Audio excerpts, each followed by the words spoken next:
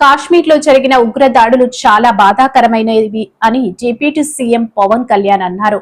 విశాఖలో చంద్రమౌళి మృతదేహానికి నివాళులర్పించిన అనంతరం ఆయన మీడియాతో మాట్లాడారు.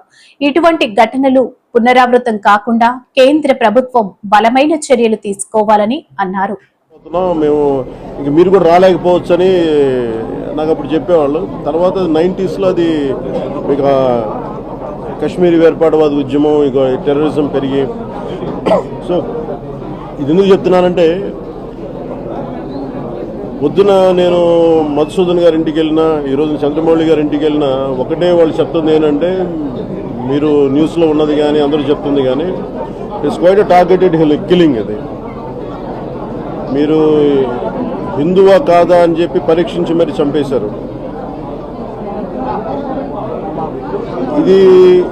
ఇది వాస్తవం అంతే. దీనికి 3 లక్షల మంది హిందువులు ఆ రోజు ఎక్సోడస్ గురయ్యారు. అందరూ బలవంతపు వలసలకు వెళ్ళిపోవాల్సి వచ్చింది ఆ రోజున. అలాగే ఈ రోజున కశ్మీర్ పర్యాటకులుగా వెళ్ళి ఒక 4-5 రోజులు చాలా ఆహ్లాదకరంగా గడుపుతాం అనుకున్న కుటుంబాలు ఒక భయంకరమైన సంఘటనలో కూరుకొని కళ్ళ ముందే భర్తని చంపేస్తూ ఉంటాయి.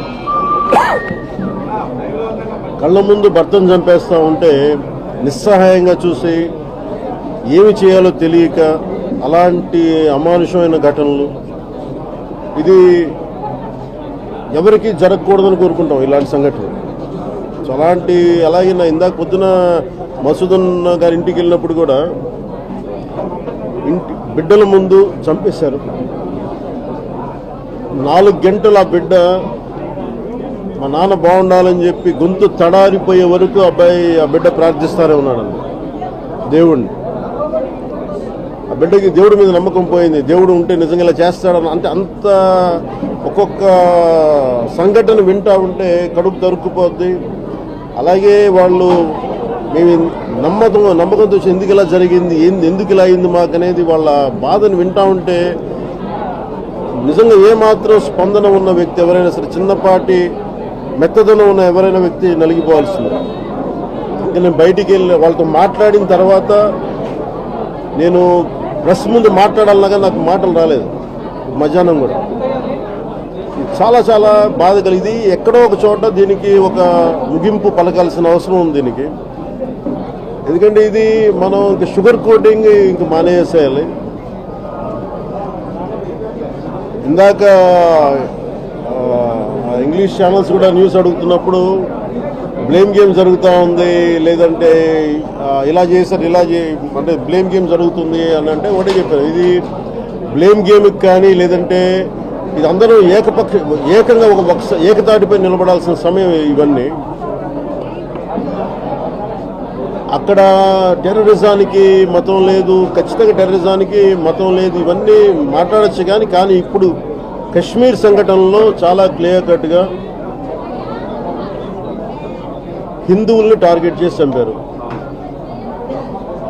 అంటే వాళ్ళందరూ చెప్పడం ఏంటంటే, ఇవన్నీ కూర్చోబెట్టి మనం దీన్ని ద్వేషాలు పెంచడం ఇవన్నీ కాదు, కానీ నువ్వు హిందువా నాన్ హిందువా అంటే అది చాలా అమానుషంగా వాళ్ళ చేత వాళ్ళు ఒక్కరితో మాట్లాడుతుంటే వాళ్ళు చెప్తుంది ఏంటంటే కల్మా చదవమన్నారు. మాకు రాదనగానే కూర్చోబెట్టి, అంటే ఎంత బాధాకరంగా అనిపించిందంటే, నేను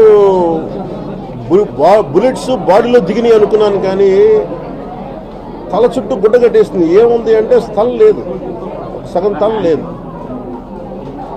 అలాగే ఇప్పుడు చంద్రమౌళి గారు చూస్తే అసలు ఏదో పెడితే ఏంటంటే అసలు అంటే ఇంత అమానుషంగా చంపి,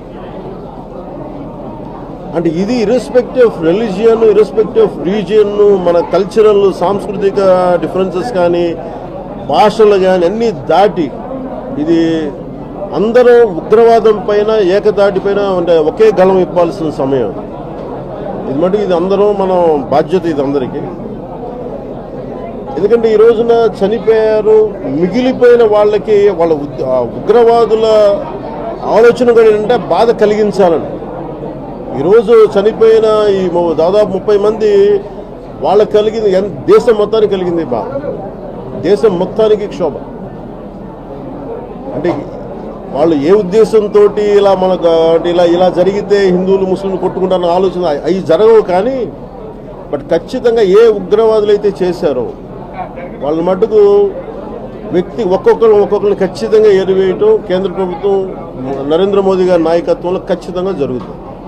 అలాగే దీని వెనక ఎవరున్నా కానీ ఏ స్థాయి వ్యక్తులు, దేశాలు కావచ్చు, పాకిస్తాన్ లాంటి దేశం కావచ్చు, ఎవరున్నా కానీ చాలా ఖచ్చితమైన చర్యలు ఉంటాయనేది ప్రధానమంత్రి గారు మనందరికీ మధ్యాహ్నం కూడా తెలియజేశారు.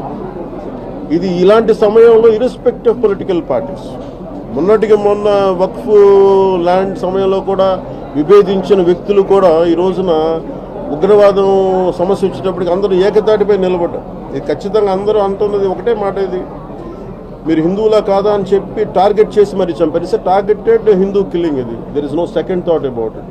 దీన్ని షుగర్ కోట్ చేయాల్సిన అవసరం, ఇది వాస్తవం అంతే.